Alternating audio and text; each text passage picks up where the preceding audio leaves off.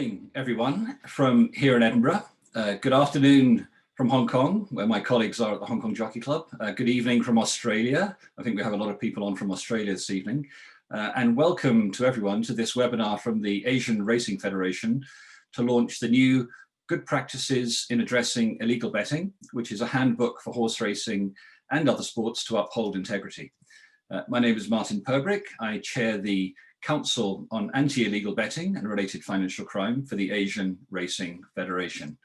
I'm delighted to say there's an extremely strong turnout today. We have almost 100 people on this webinar so far from around the world, from Australia reaching all the way up to, well, here in Scotland, but many in UK, many in Europe, not just from horse racing, but also other sports. And that's particularly encouraging because this handbook and the work we're doing for the Asian Racing Federation is for the purpose of protecting integrity in all sports, not only in horse racing. So we have a lot to get through today. As I'm slightly older than many of my colleagues in Hong Kong, I have a paper copy, a hard copy of this handbook, which we'll talk to you about today. You can download online already. I'm afraid we're not sending out many paper copies because obviously we want to be somewhat environmentally friendly, but it is an exceptional book, I think, which I think should help horse racing administrators in sport, and in particular, how we convince government policymakers and government regulators of the threat of illegal betting. That's a particularly timely issue now. There's been some commentary on that subject in the past week. So what we want to go through today, if I can just take you through the agenda, we'll talk a little bit about what the ARF Council is. Secondly, Doug Robinson, my colleague from Hong Kong, will talk about the nature of illegal betting and related financial crime. Not as straightforward as you would think, I suggest, to define. As with many legal definitions, the devil is in the detail and the definition. Thirdly, James Porteous, currently in UK, in fact, but from Hong Kong, will talk to you about the content of the handbook. Fourthly, Tom Chignell, also in Hong Kong, will talk about bet monitoring, betting analysis in horse racing. And Tom, I think, is probably the leading expert in the world on this subject. He's done it both in the UK and in Hong Kong and assists other jurisdictions. So I think this part is well worth waiting for. And then we'll go into some Q&A after those presentations. If I could just remind you, obviously this is a Zoom webinar, so your video and audio are muted, so only the panelists can be seen and heard. If you do have questions that you haven't sent in already, please send them in through the Zoom chat. So if you look at the bottom of your Zoom screen, you can see a small chat icon. Click on that and your chat box will come up at the side or at the top of your Zoom application. So without further ado, if I could go straight into the next slide. In 2017, this task force was established. It was a task force then. We didn't really think this would be a permanent body because we wanted to tackle the problem. We didn't know how long this effort would last. But there are key reasons for doing this. Those of us in Asia, and I spent the past 32 years in Asia, have seen that illegal betting websites have been expanding globally, and they have a strong base in Asia already. I would say illegal betting is endemic across Asia because of various social, economic, and political reasons in the region. And there are certain countries where the illegal betting market far eclipses the legal betting market, but that situation has become so ingrained, so endemic, that it relates to other problems that are now moving into Europe, definitely Australasia, and possibly other parts of the world. That relates to criminal groups that control illegal betting operations in Asia. And when I say criminal groups, what I think we mean by this point is transnational organized crime groups. We have criminal groups in Asia that have illegal betting, especially online illegal betting, as a major revenue stream. It's also an extremely easy revenue stream. And those groups are now making far more revenue, far additional revenue outside of Asia with those online illegal betting operations. So horse racing is, we think, doing a far better job than other sports historically with dealing with betting related corruption. And that's because horse racing and betting have been almost hand in hand throughout their history. Horse racing certainly is a sport. It's an ancient sport going back to the Greeks and Romans, as you'll note in the handbook. But I think betting has been associated with horse racing throughout its history. In the past two and a half decades especially, betting has increasingly been associated with other sports. And betting does bring corruption and challenges to integrity if it's not managed appropriately. And I think horse racing can illustrate how betting can be managed in the sport. So we do feel that legitimate racing and betting operators need a strategy to combat illegal betting. It's not just our role to combat illegal betting to prevent corruption in our sports, but we have to educate governments, regulators, etc., about their role in this problem. The role of the operators, of course, is to ensure appropriate racing betting products and pricing. And that's very difficult because in some regulatory regimes, the pricing of betting on sports is quite challenging for legal operators to compete with illegal operators. And I think the last point I'd make in our objectives of why this task force has been formed, why it's become a council, is illegal betting is the major threat to racing and sports integrity. And if it's not combated, it can completely undermine public confidence in racing and sports.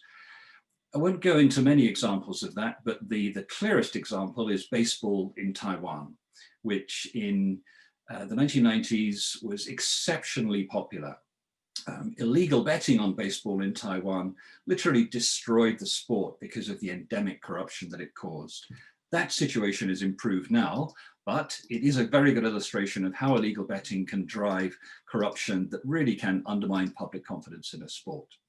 So if we go to the next slide, please.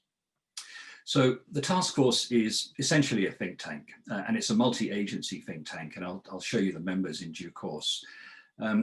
We have terrific contributions from racing administrators, integrity administrators, academia, and international organizations, as well as law enforcement. And I'm very pleased to say that there are several law enforcement organizations that are a part of this group.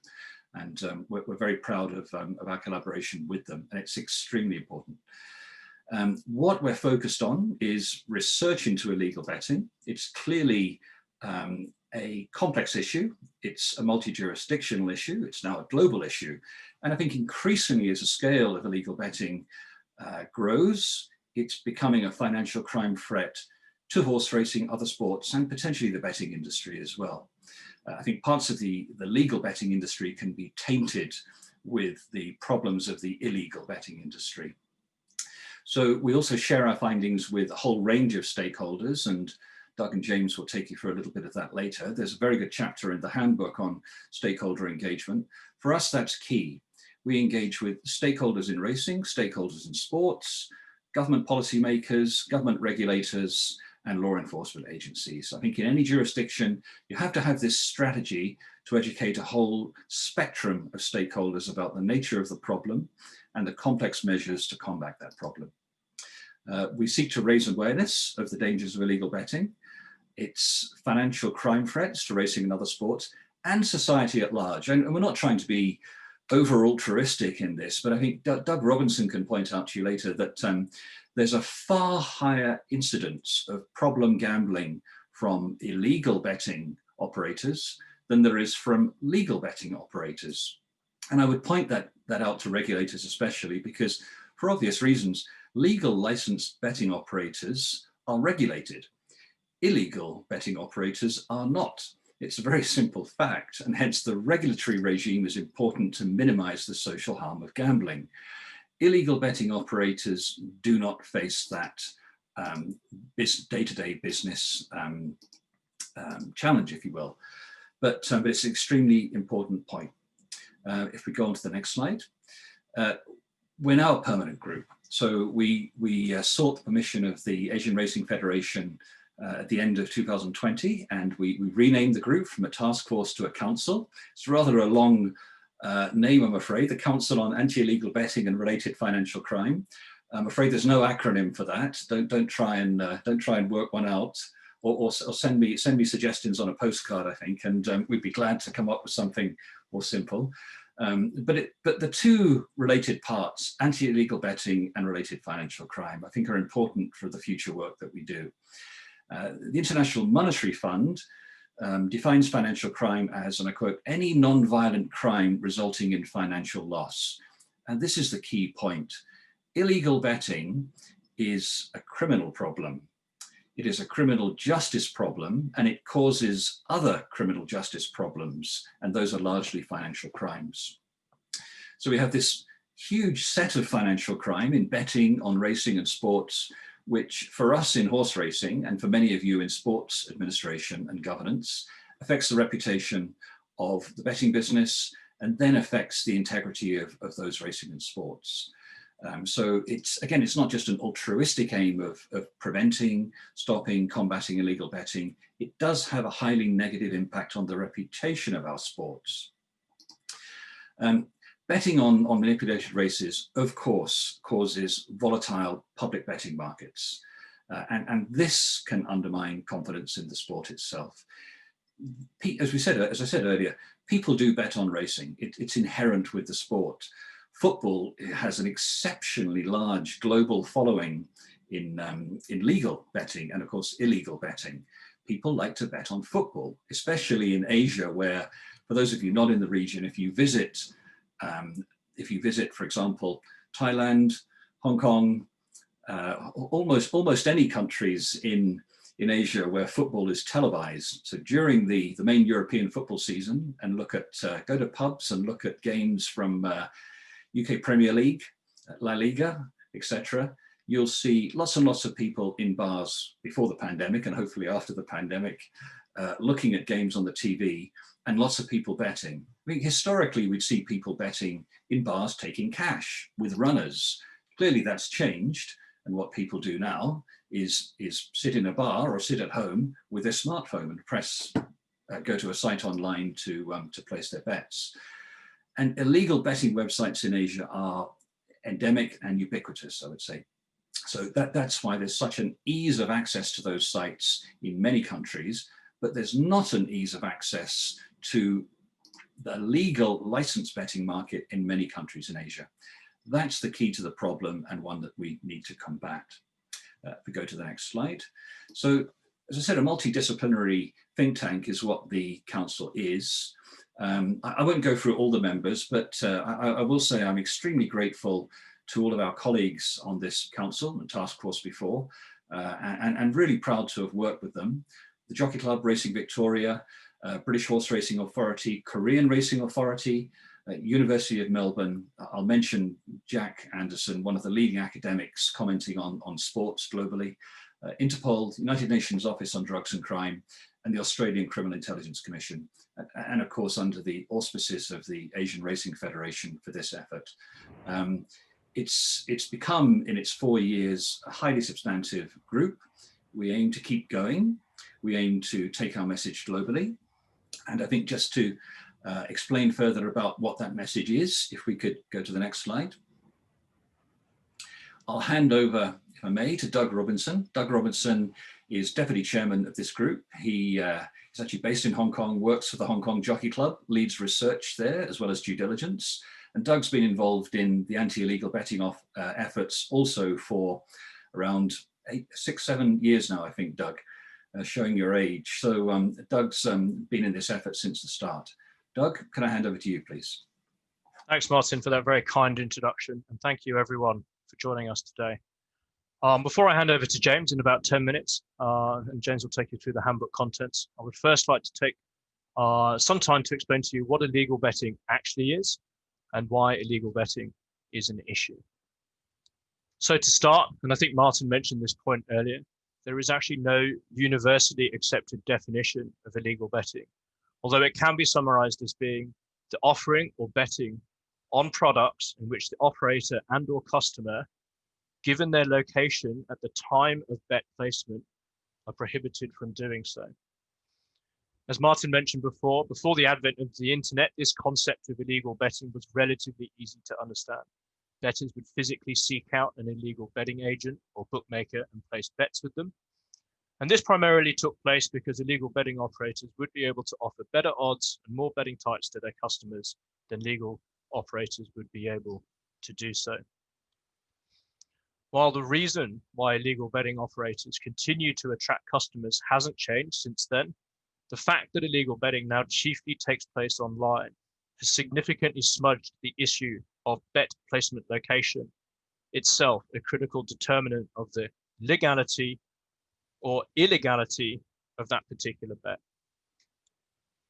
At the same time, the move to illegal betting taking place online means that, for one, illegal betting has become much more difficult to effectively police due to the larger amount of anonymity afforded by the internet to those illegal betting operators, and also the larger amount of flexibility from both a geographical and operational point of view provided by the internet to illegal betting operators, allowing them to spread their operations across multiple jurisdictions. For example, what we're seeing these days is illegal betting operators can host their website servers in, say, country A, fund their operations via the financial markets of, say, country B, offer customer relationship management and customer service support from country C, while targeting illegal betting customers in country D, all the while circumnavigating betting-related regulations in all 4 of those countries. Illegal betting's move online also creates and facilitates other criminal activity to take place. For example, loan sharking, which occurs due to the widespread availability of credit betting offered to customers by illegal betting agents and bookmakers. And to point out here, credit betting across the vast majority of Asian Racing Federation legal betting operators isn't allowed. It is a function, primarily a function of illegal betting operators. This widespread availability of credit in itself fuels cycles of subsequent debt-related criminality, such as criminal intimidation and assault, amongst many others.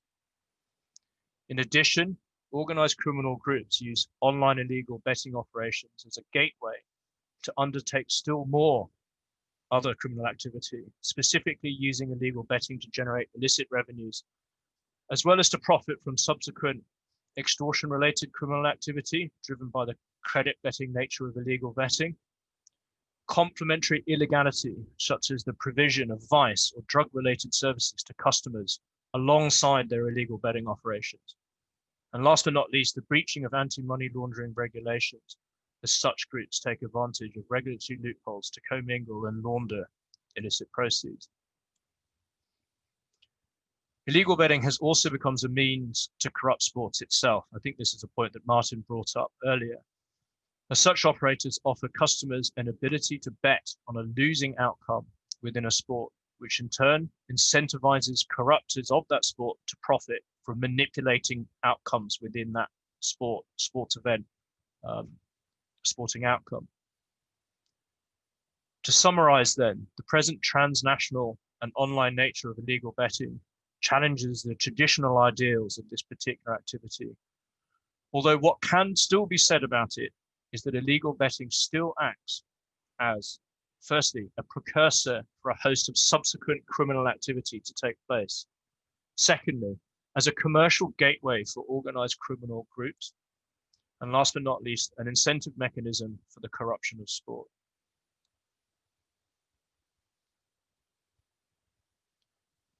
Illegal betting not only causes other criminal activity and the corruption of sport, it also causes wider economic and social problems, which are reinforced by the widespread preconception that betting illegally is what is termed a victimless crime. What the ARF Council did in its 2018 white paper was attempt to dispel that idea and showcase that illegal betting operators have a very large negative social and economic impact. This negative social and economic impact can be themed along the following lines. Firstly, in terms of lost tax revenues, both from a corporate and betting-related viewpoint. For example, in the 2018 and 2019 financial year, the Asian Racing Federation generated $6.7 billion in taxation revenues across its 28 member jurisdictions. In contrast, illegal betting operators in Asia contributed $0 tax dollars to their economies over that period. Secondly, In terms of lost financial contributions to sport, betting levies exist to return a portion of betting funds to the sports on which legal betting operators offer bets on for the continuing development of that sport. Within single jurisdictions, these contributions can amount to hundreds of millions of US dollars every year. While legal betting operators pay back to the sport in which they generate their revenues, illegal bettors do not, and thus can be considered as economic parasites. Thirdly, in terms of lost charitable donations, some legal betting operators operate on a not-for-profit basis, such as the Hong Kong Jockey Club, while many others regularly support local as well as national charities. In contrast, again, illegal betting operators do nothing to support the communities in which they operate. Finally, in terms of lost contributions to addressing betting-related addiction, again, a point Martin brought up before, such costs are typically either implicitly paid via legal betting operator taxes or explicitly paid by the legal betting operator themselves. Again, illegal betting operators pay for none of these costs, of which they cause a disproportionate amount. Recent research indicates that due to the easy availability of credit and also the widespread use of unregulated and frankly unscrupulous advertising and marketing tactics, illegal betting customers are more likely to suffer from betting addiction-related issues than those that bet with legal operators.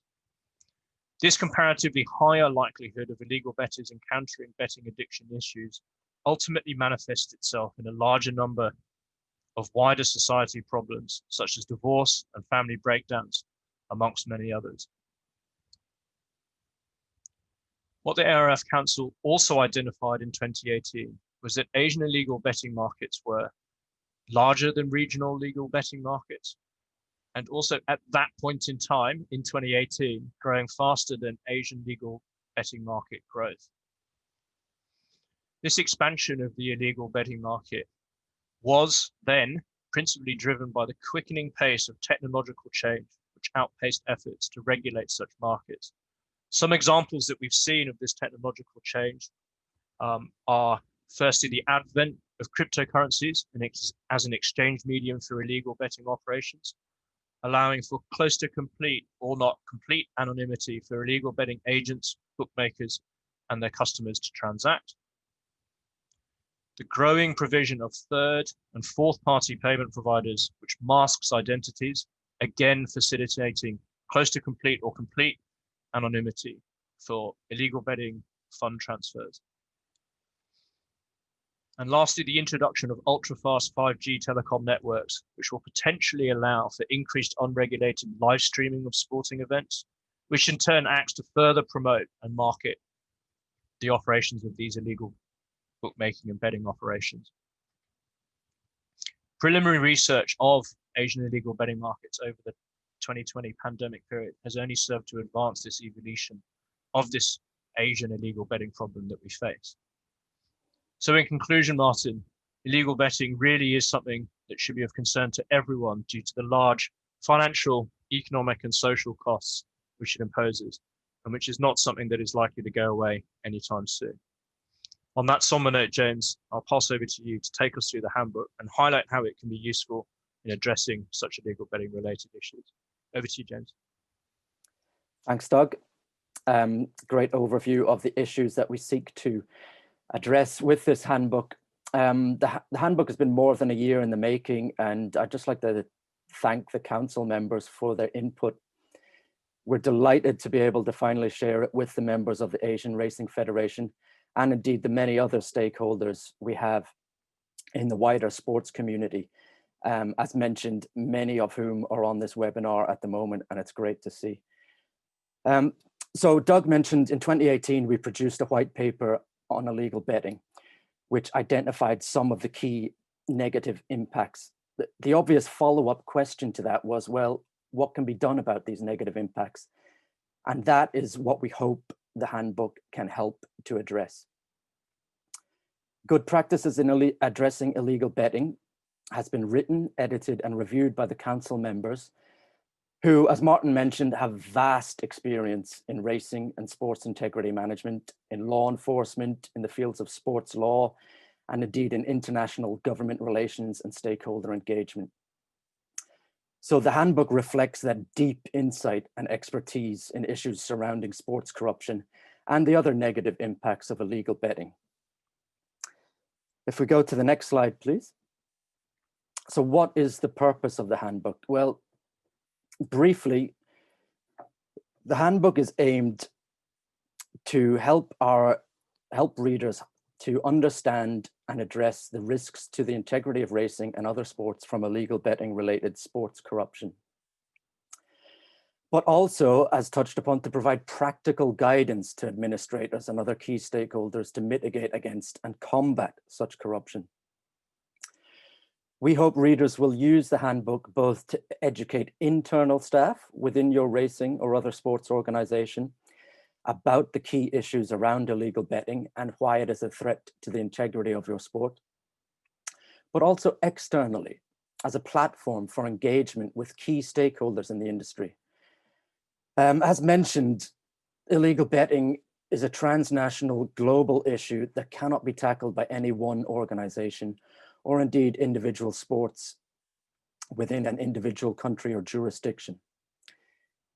This requires stakeholder engagement with other sports, betting regulators, policymakers and government, academia who is researching issues around betting and illegal betting, the news media who can get the message out into the wider public to explain why illegal betting is not a victimless crime, and international organizations and other groups who have an interest in the negative impacts of sports corruption, illegal betting and financial crime. So this issue requires a comprehensive multi-stakeholder engagement. So to that end, on the next slide, the handbook's contents have been distilled into 40 good practices. Now, these are practical examples of ways to address illegal betting, which have proven successful in several Asian Racing Federation jurisdictions and indeed beyond. Key areas, as you can see, include bet monitoring and analysis, how to gather intelligence around illegal betting to inform decision makers, how to conduct integrity investigations and collaborate with law enforcement, and how to engage with key stakeholders. Now, I would point out to our viewers today, we are very careful in the handbook not to call these best practices or even recommendations, because we know that the circumstances of different racing and sports organizations vary widely. Not all will have the financial or the technical capacity to adopt every good practice in the handbook. And some good practices may not even be applicable because of the particular political, social, economic, or legal environment in that particular jurisdiction. And as Doug mentioned, regulations around betting vary widely internationally. So we would encourage readers of the handbook to examine the 40 good practices, see how they can be adapted and applied within their own sports and local jurisdictions, and consider how they can engage with regulators and policymakers to help implement those good practices which are out with the control of the individual sports organization. I won't go through the content of the handbook in great detail. It is available to download now, and we'll tell you where to get it in a moment, and I hope everybody will read it, but I'll give a brief overview of what you can expect to find in there. So chapter 1 and 2 provide an overview of what illegal betting is, how big it is, and the negative impacts that it has on sports integrity and indeed on the wider society. Essentially, Doug has given a distilled version of that messaging, which we have just heard from. Chapter 3 is produced by the council's expert from the British Horse Racing Association, Racing Victoria, and the Hong Kong Jockey Club. And one of the authors of that chapter, as mentioned by Martin, Tom Chignall, will give us an in-depth overview of that chapter in just a moment. Chapter 4 is built on expertise from the Australian Criminal Intelligence Commission about how to gather intelligence around illegal betting. Chapter 5 is built on extensive real-life law enforcement experience from council members who have conducted many successful sports integrity investigations, and indeed many investigations outside of sport. Chapter 6 is built on successful stakeholder engagement models which have been employed by the Asian Racing Federation members, particularly in Australia and Hong Kong, to help readers identify which bodies outside your organization can help you address illegal betting, and how do you get them interested in the issue. Obviously, stakeholders have many competing priorities and goals, and often illegal betting is not seen as high priority. Chapter 7 then discusses some potential future threats which Doug touched upon, such as the rise of cryptocurrencies and illegal betting. There's also several case studies throughout the handbook from our colleagues in, for example, Interpol, which give practical real-life examples of how to put these good practices to use. So that's a brief overview of what's in the handbook. This slide shows where you can get it. You can scan the QR code now, or you can go to the Asian Racing Federation website. Don't worry if you don't have time to scan it now. We will distribute the links to everybody on this call. The handbook is also available on Amazon, Google Play, and Kobo for readers to download it to their e-reader devices. And hard copies will also be sent to every member of the Asian Racing Federation. That's all from me. Thanks everybody again for your interest in this handbook. We hope it will be a huge success and of great practical benefit to our readers. With that, Martin, back to you.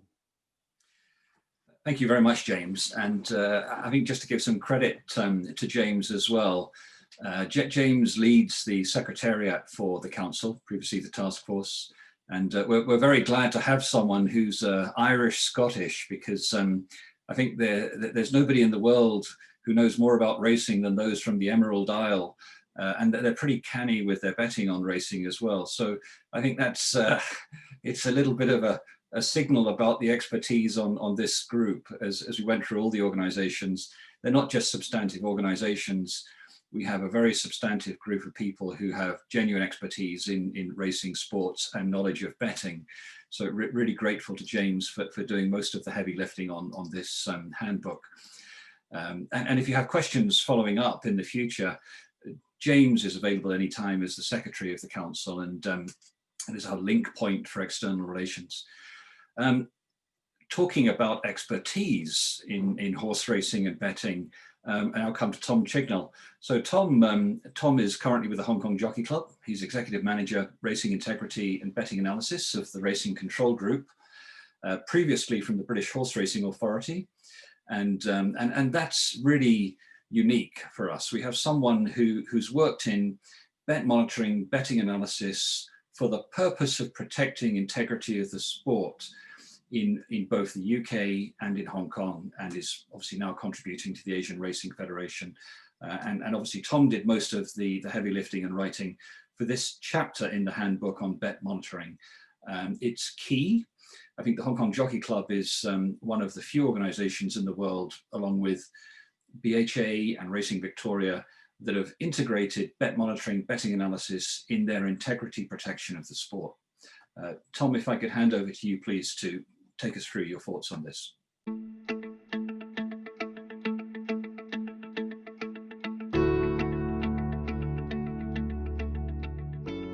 Thank you very much for the introduction, Martin. One of the chapters of the handbook is on bet monitoring and betting analysis in horse racing. Today, I will touch upon the key issues of this section and show some practical examples of monitoring and how racing authorities and sports integrity units can benefit from bet monitoring done in-house.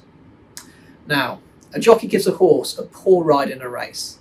Is it an innocent misjudgment or something more sinister? Has the jockey purposely stopped the horse from winning in order to ensure that a lay bet placed on an illegal betting exchange by his associate is successful? This is one of the greatest threats to the integrity of horse racing. Illegal market betting operators threaten the integrity of racing and other sports by facilitating cheating and corruption, such as the example I've just given.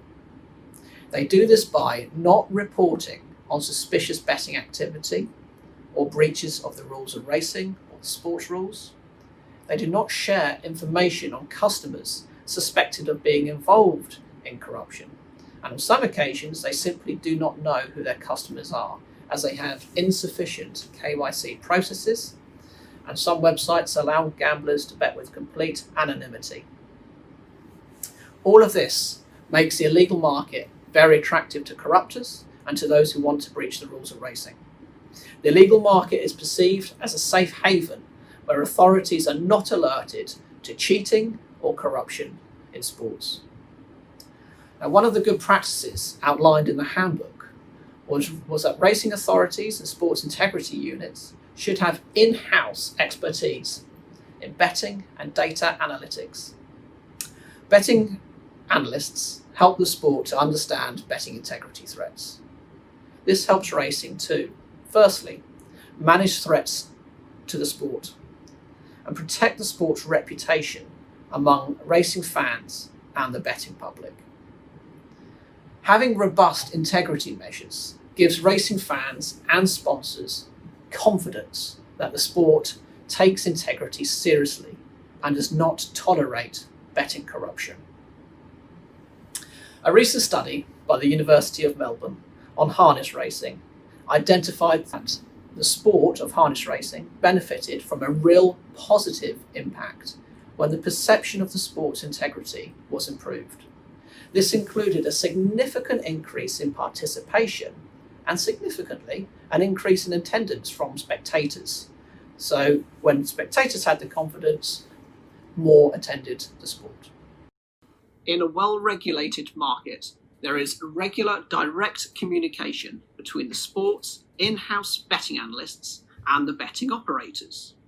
There are significant differences between the monitoring of a regulated legal market and the illegal market. For example, the legal market allows for direct communication between betting analysts and the betting operators, which increases the intelligence received by the sport. Now, when suspicious betting takes place, customer details and bet histories can be shared with racing authorities or sports integrity units. The legal market allows for transactional monitoring, which is a powerful monitoring method where individual betting transactions and betting accounts can be monitored and a change in behaviour can be picked up. Now, this simply doesn't happen on the illegal market, where the monitoring is limited to public domain and website-based information, such as odds movement and bet offers on the illegal betting exchanges. Now, the advantage of transactional monitoring is far more informative. It allows individual account analysis. You can build profiles on those accounts. Betting investment patterns on jockeys and trainers can be identified on individual linked accounts. Now, this may indicate inside information or breaches the rules of racing. Individual account analysis through transactional monitoring is not possible on the illegal market, where we only have information available in the public domain. Betting analysis at the HKJC includes monitoring of the PMU, which is the only legal form of betting in Hong Kong on horse races. This is conducted using transactional-based bet monitoring. And as I've said, we have a big focus on the illegal market, which is estimated to be larger than the legal market. I'll say that again. The illegal market is estimated to be larger than the legal market. There are different markets which we monitor, and these include unlicensed betting exchanges on the illegal market, where significantly you can place bets on horses to lose. They are the obvious place to go to if you're going to cheat. We also monitor unlicensed cryptocurrency betting operators who are increasing their horse racing offering, and we do grey market operators who are foreign licensed operators who have not been authorised to bet on Hong Kong racing. This helps identify emerging irregular betting patterns on both the legal and illegal markets on jockeys and trainers. So if there's a particular trend on a jockey or trainer on any market, we aim to flag it. We monitor price movements and price differences between the legal market and the illegal market. we also monitor the actual financial size of lay bets made on illegal betting exchanges. This is the closest approach to transactional monitoring of the illegal market. As you can see on the slide, there are lay bet offers of 999,000 made in local currency, and that's being offered on one horse. These lay offers equate to more than 2 million Hong Kong dollars, and the liabilities on those bets are much greater. Factors such as the size of the lay bet offer, the timing of the bet, and the price are all factored into our analysis to help identify suspicious or irregular betting activity. Estimated turnover calculations on each runner help us to identify aggressive lay betting made on the illegal market on individual horses. Activity on the illegal market is directly compared to the legal market, and any significant difference, such as turnover differences outside the norm, is automatically flagged, and we look into it further. Now, we use this on race days, and the monitoring on race days is very important. Alerts have been developed for real-time monitoring, which is automatically flagging situations which require additional scrutiny in real time. Unusual and irregular bet offers made on the illegal market are identified. This information is then assessed manually and passed to the stipendiary stewards who are working in the inquiry rooms. Action can be taken to disrupt activity before the race, which may include speaking to a specific trainer or jockey before the races. A big part of our analysis is looking at long-term trends. And historic bet offers can be scrutinised with a big data type approach. Long-term irregular betting trends on jockeys and trainers which are suspicious are automatically flagged. For example, is the same jockey or trainer subject to the largest lay bet offers this month? We have developed betting alerts in an effective way to consistently assess and present betting information. All our outcomes of automation, though, require manual assessment. New technology has meant that the Jockey Club and other sports can develop advanced bet monitoring in-house. Now, investing in this area will ensure the high integrity of horse racing and your sport. And in 2018, a leading jockey in Hong Kong was banned for breaching our rules because we had these systems in place. So suspicious betting patterns were flagged through bet monitoring, which then triggered an investigation, and we had an inquiry and a disciplinary process. Technological advances make it easier to conduct more advanced analysis in-house with betting and integrity related data. Creating betting profiles on individual racing participants can include betting alerts and other related statistics. And this is what we do at the Jockey Club. These reports can help develop a strategic response to integrity threats. I'm going to move on to intelligence-led bet monitoring, which is very important when monitoring the illegal market. So when suspicious betting takes place on a regulated market, operators can share customers' names, phone numbers, betting histories, etc. On the illegal market, none of this information is shared. This increases the value of intelligence when monitoring the illegal market. Intelligence reports can focus betting analysis and allow you to target your resources and time looking at specific races or jockeys or trainers which are deemed to pose a higher integrity threat. Bet monitoring is an essential source of information for any sports intelligence function by identifying areas of concern and also through the corroboration of intelligence. And one of the good practices in the handbook was that bet monitoring teams should work very closely with sports integrity intelligence functions. Monitoring a large regulated market. Now, racing authorities, including the British Horse Racing Authority and Racing Victoria, have a large and diverse regulated betting market, which includes fixed odds bookmakers, licensed betting exchanges, and spread betting companies. Now, effective communication sharing relationships between racing authorities and betting operators allow for betting analysts to view the big picture across the regulated market. This increases the quality and quantity of betting intelligence received by the sport. For some operators, can be less willing to share information, and therefore gambling regulators, so those who are regulating betting operators, should make it a condition of license that suspicious betting is always reported to racing authorities and sports integrity units. Racing Victoria are progressing the development of a transactional bet monitoring system, which will significantly enhance their monitoring capabilities in identifying betting irregularities. As I mentioned earlier, transactional monitoring is the most effective method of bet monitoring. It reduces the need of reporting and the absolute reliance on betting operators to assess and flag incidents. The Racing Victoria approach will help bring together a consistent set of data in one place, and these developments should be closely followed by us all. The diagram on the screen now illustrates how betting analysis can feed into an investigation process, leading to a disciplinary hearing. This is a tried and tested, effective process which has been used many times in the past by organisations such as the British Horse Racing Authority to successfully prosecute breaches of the rules of racing and to stamp out corruption.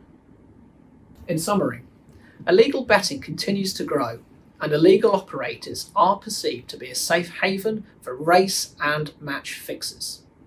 Betting expertise within integrity teams and racing authorities can help tackle these threats, as well as bringing many other benefits. Now, these benefits include increasing the intelligence received by building direct relationships between the sports with the betting operators, intelligence-led betting analysis and corroboration of intelligence, and providing internal organisational reporting and market risk assessment to support decision-making, providing expert assistance in the investigation process and expert witness statements for disciplinary hearings, and importantly, giving the sports the understanding and expertise so they can take charge and manage the betting integrity threats that they face. Now, all of this can be coordinated by the sport and is critical to maintaining the integrity and reputation of the sport. Well, that's the end of my presentation. Thank you very much for listening, and back to you, Martin. Thank you very much, Tom. That really is exceptional. I think that there isn't anyone else who's better defined or even tried to define the model of bet monitoring in racing and any sport for the purpose of integrity management and corruption prevention. You really have nailed it with the model, and obviously that's detailed in the handbook. Perhaps I just give a few points on in summary of what each of you have been through. For me, the sort of key takeaways from Tom, James, and Doug. From Tom, mentioned lay betting. Obviously, betting on a horse or a team or a player or a competitor to lose is a huge threat to the integrity of sport. And I'm not demeaning the work of legal licensed betting exchanges to collaborate with sports. I think that's fine, but clearly enabling lay betting on people to lose in a sport from any unlicensed, unregulated, illegal betting platform is a huge threat to the integrity of sports. Interestingly, I think what Tom's shown is that totalizator betting systems are a far better model for integrity management, certainly in horse racing, and potentially in some other sports perhaps, than fixed odds betting and definitely exchange betting. Totalizator betting systems, integrity management, corruption prevention is far more effective and efficient because of the transparency of bets. Everyone can see the betting market in real time and understand when it changes. In regards to the betting market, I think Tom also made some great points about monitoring betting on your own sport. Clearly, horse racing, certainly in these major jurisdictions with major organizations, is becoming very adept at monitoring betting on the sport. I think we just had a couple of comments from attendees. Nick Radonsky from UEFA and Interpol before, and also Dieter Breakveld mentioning, yes, of course, this betting and monitoring system for integrity management does also apply to other sports. It's not just horse racing.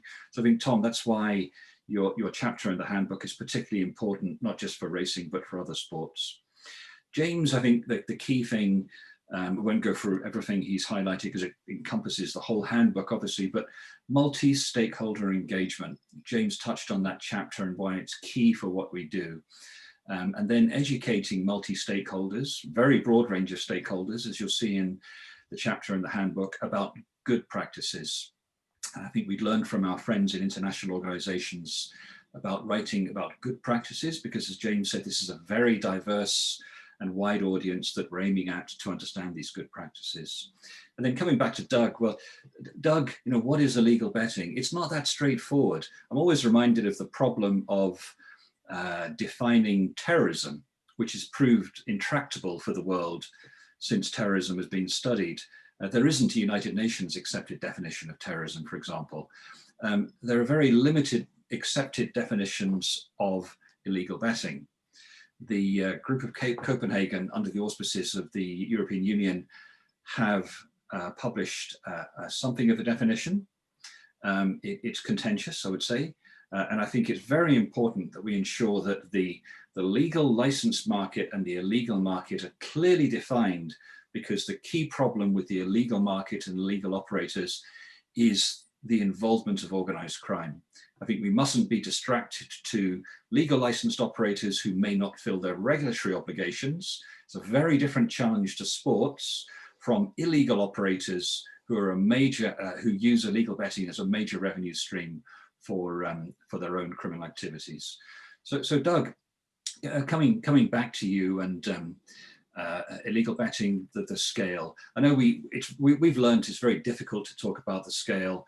There are estimates globally ranging from 500 billion up to, I've seen 3 trillion.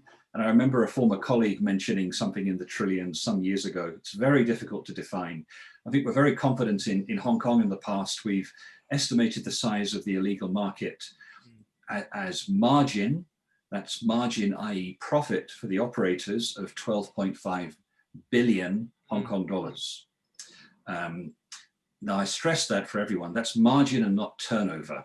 Turnover is a much higher figure, but margin is what's very important to understand. But $12.5 billion is a substantial chunk of change. So Doug, how do you think that's changed during the pandemic? We've seen a completely different world, a completely different betting world, and obviously sports are struggling for survival, and there may be challenges from betting. What's changed on illegal betting through the pandemic? Yeah, thanks, Martin. I mean, it's a very good question, and probably a question that quite a lot of us on this webinar are looking to ask as well. And luckily, the Council has done some preliminary work in that regard.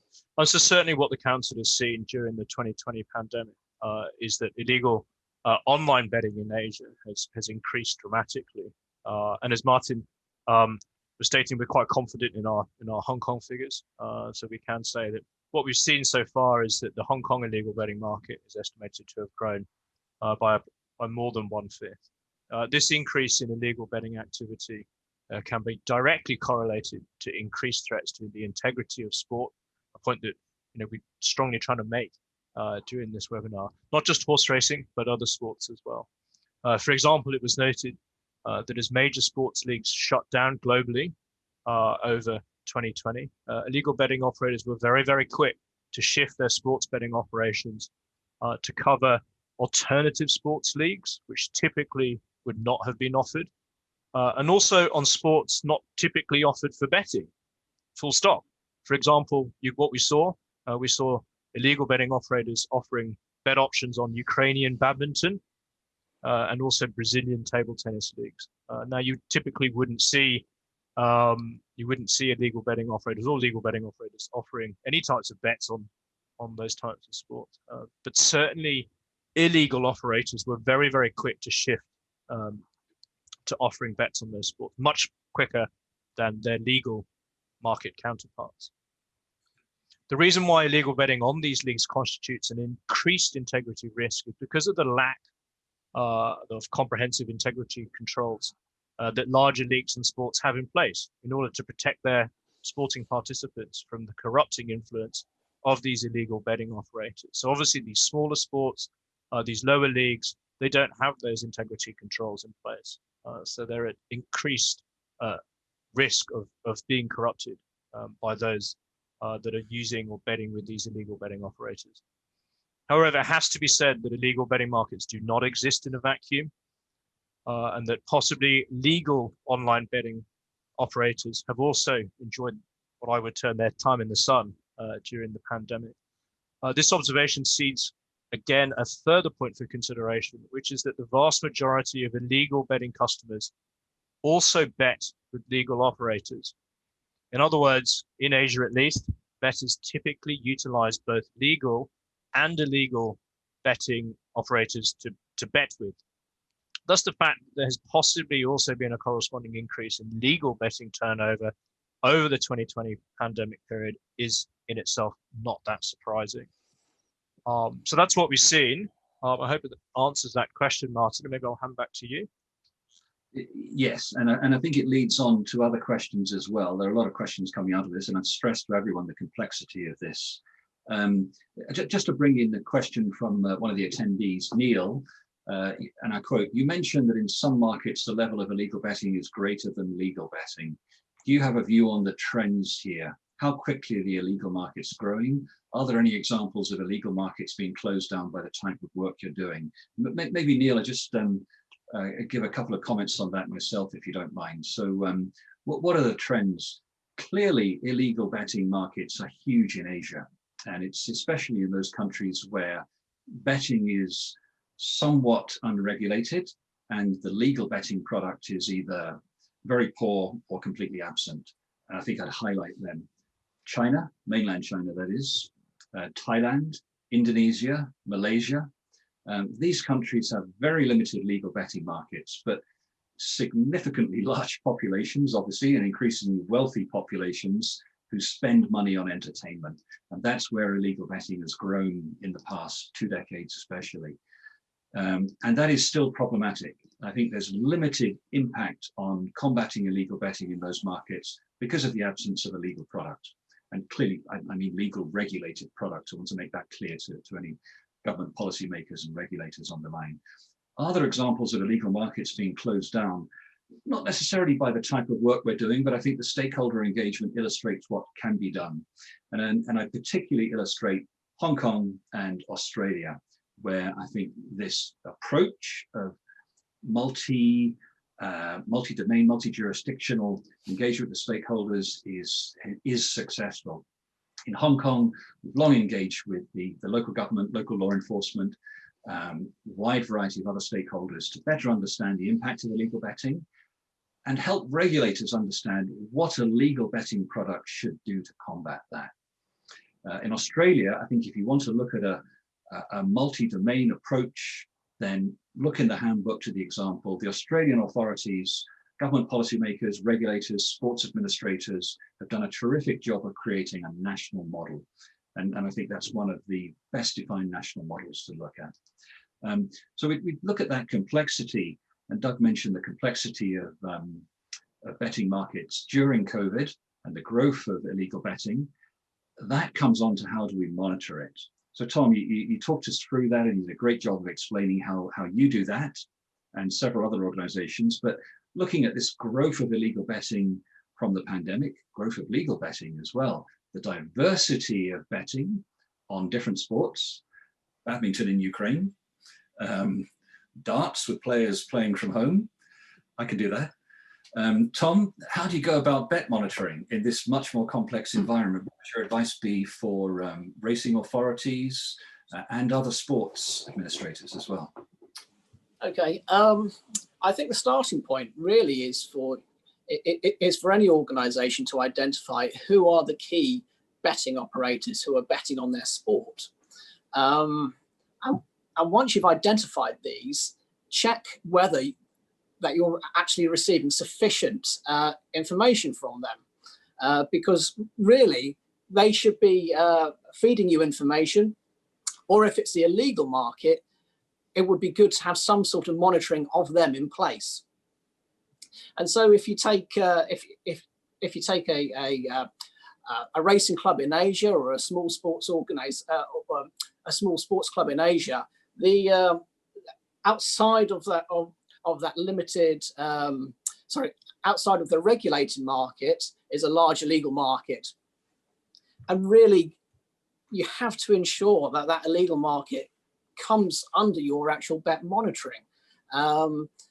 But if you're looking at a different part of the world, such as a racing authority in Europe, it's very important to actually have that dialogue, sometimes directly with betting operators, because you are dealing in a very diverse market, and certainly with the gambling regulators across Europe. And there are, UK Gambling Commission, Gibraltar, Malta. It can be quite time consuming, but it's worth it. So every betting check, try and get as much information as possible. So contacting the gambling regulators, contacting and building relationships with betting operators, because all we're trying to do is to try and gather as much information as possible, build up your intelligence network to really understand what is going on with the sport, where are those integrity threats, and if you're making making a betting check, ensuring that you're covering all angles. I just probably should add, outside of those well-regulated environments, there are gambling regulators who do not require their betting operators to report on suspicious betting. So the standard is a little bit lower there. And again, they pose a similar integrity threat to as the illegal market poses. So it's just something that we can all be aware of, that there is a licensed market, but again, posing a similar threat to the posing a similar threat as the illegal market does. And that may also include a lower KYC process and insufficient consumer protection, as Doug referred to, as Doug pointed out with his presentation. So I mean, bet monitoring is the way to build up your intelligence network, and actually working with that intelligence function is very, very important. Tom, thank you very much. You've touched on something that David, one of the attendees, has just asked as well, but perhaps we can just give him a chance to air his question. And I quote from David: "The nature of horse racing means that relationships with betting operators have been established over many years, and the industry has developed a deeper understanding of betting markets. What advice do you have for sports that have lower volumes of betting and limited or nascent relationships with betting operators, particularly with the increase in the volume of legal betting operators and focus on fixed odds?" Perhaps, Tom, we'll give you a breather. Could we switch across to James? Do you have any comments on that question from David? Yeah, thanks, Martin. I think, first of all, it's a great point that Mr. Mackay makes, that horse racing has essentially been in a symbiotic relationship with betting ever since horse racing began. And so, yes, horse racing does perhaps have a deeper understanding than some other sports about issues around illegal betting markets. Because of the integrity challenges racing has faced, it's established these procedures over the years and over the decades. In terms of what advice for sports that have lower volumes of betting and limited or nascent relationships with betting operators, I think a key part of that, and Tom touched on this, is understanding the different gradations in the license market, where there are many licensed operators of exceptionally high integrity. There are other operators from certain licensing regimes which do not have the same standards in place. This is a difficult subject to understand, I appreciate, and hopefully the handbook can help to address that. There is chapters touching on this issue, explaining the different sort of gradations in the market, and then building those relationships. But I would also say, racing isn't perfect. We're not saying that racing can't learn from other sports. Many other sports also have excellent integrity procedures. And the very first good practice in the handbook is that there should be more collaboration between all sports on this issue. And again, I think I mentioned earlier, it's great to see so many different sports represented on this webinar. And that would be, in answer to Mr. Mackay, reach out to us, to the Asian Racing Federation, to other groups, to other people in the community, and let's all learn from each other. Thanks very much, James. We're overrunning a bit, but we're nearly done. And if I can just quickly take a question from Pat Cummings, another person with great insight into horse racing, betting, and I think other sports as well. And I quote Pat, "There's a mass legalization of sport betting taking place in America at present, where outside of Las Vegas, mostly all sports betting has been illegal forever. Fixed odds betting for racing is likely coming soon too." Good luck, Pat. There is almost no American history of robust bet monitoring. How challenging is it to start from zero when almost all of the focus is on capturing handle from illegal markets to legal and not on the integrity threats? I can answer that for you, Pat. I think, yes, challenging, very challenging. America's quite a big country with quite a lot of challenging problems at the moment. I'm sure it's difficult to get problems on the agenda, but I think Tom and James have explained why that's critical for racing and all other sports. But I think to answer Pat's question directly, how do you go about that? Through the regulatory federations of the sport, clearly. So the Asian Racing Federation has led these efforts to understand illegal betting, grow bet monitoring, improve integrity management and corruption prevention in racing in Asia. If we're looking at the USA and you're suggesting there's going to be a huge volume of growth in legal and illegal betting, then clearly the racing federations need to step up. And I think that then becomes the point when the International Federation of Horse Racing Authorities step in. And obviously a very robust organization with some very strong members who should be contributing to the North American racing industry and this challenge of maintaining integrity, preventing corruption in relation to betting markets.